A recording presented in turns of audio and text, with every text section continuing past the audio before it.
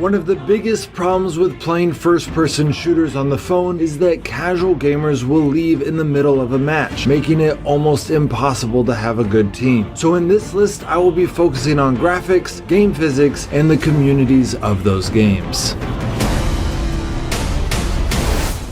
Unlike my video on the top 10 games of 2021, this video is not going to be talking about the games with the most hype. Rather, this video will cover which first-person shooters are the ones that you should play to get the most enjoyment. The first game on this list is PUBG New State. This is kind of an obvious choice. Not only does it have the most hype with its recent release, but the game has great graphics, a new 2051 modern theme, and they kept the best of PUBG so that it keeps the classic feel. The next game on the list is Dead Trigger 2. This game is 8 years old, so the graphics aren't amazing compared to something like New State, but it is quickly becoming a cult classic. It has over 50 million downloads, and it is clear even from the negative reviews on the Play Store that the player base loves this game. So if you like zombies and gore mixed with good game mechanics, this game is going to be perfect for you. The third one on the list is Call of Duty Mobile. Call of Duty Mobile is another safe choice because Activision did a really good job with it. Its release was a year and a half ago, and it is one of the cleanest first-person shooters on the mobile market. They also have a lot of game modes available to you, keeping their players engaged for a long time. There are rumors that Call of Duty Warzone will be coming to mobile soon, but there is no official release date yet, and based on Activision's history, my prediction is that Warzone will not be coming out until next year. The next game is Shogun War Games, made by Madfinger Games. These developers have made a lot of good first-person shooters. Shogun in particular has a unique flavor, making it a good choice for people that are feeling like most first-person shooters are the same. That being said, it did have a rough start due to bugs, but recent updates have fixed most of those issues. The fifth game on the list is Standoff 2.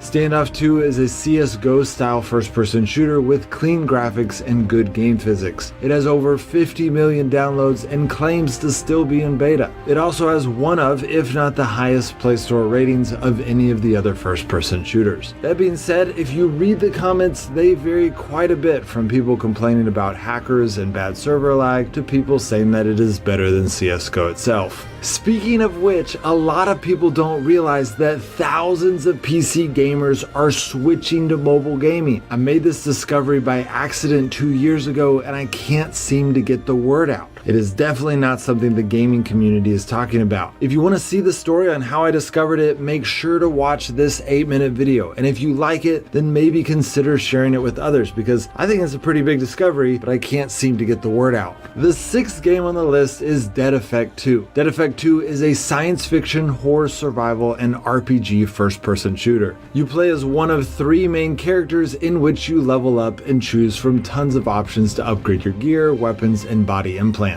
It includes more than 20 hours of campaign, and it is my first recommendation to those who rather complete a campaign than compete in matchmaking. The next game on the list is Warface Global Operations. Warface is another extremely highly rated game with good graphics, clean user interface, and great game mechanics. Some of its players complain about bugs and bad matchmaking, but others say quite the opposite. Overall, it is one of the most well-rounded first-person shooters on this list. For number 8, we have Modern Combat 5. I personally didn't want to put this on here because I've had some bad experiences with Gameloft, and true to form, their cutscenes have unbearably cheesy lines, but overall, storyline is not one of the pillars of a great first-person shooter. If you read the reviews for Modern Combat 5, you will see tons of comments referring to how much the game sucks you in to waste a ton of time, which sounds bad, but usually that is a trustworthy review that it's a good game. The next game on the list is War After. War After is currently in open beta right now, but they have obvious plans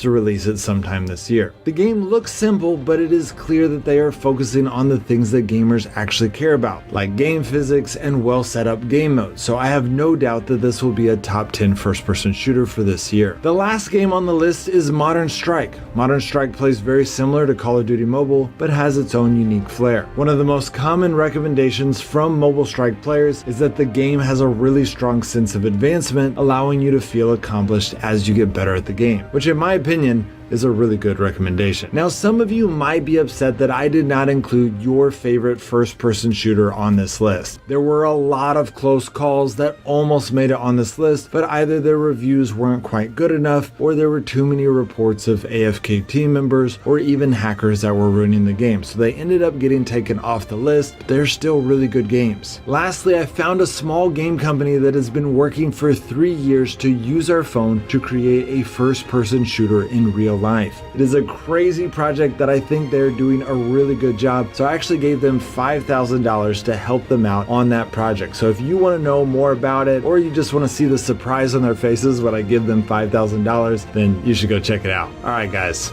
I'll see you next time.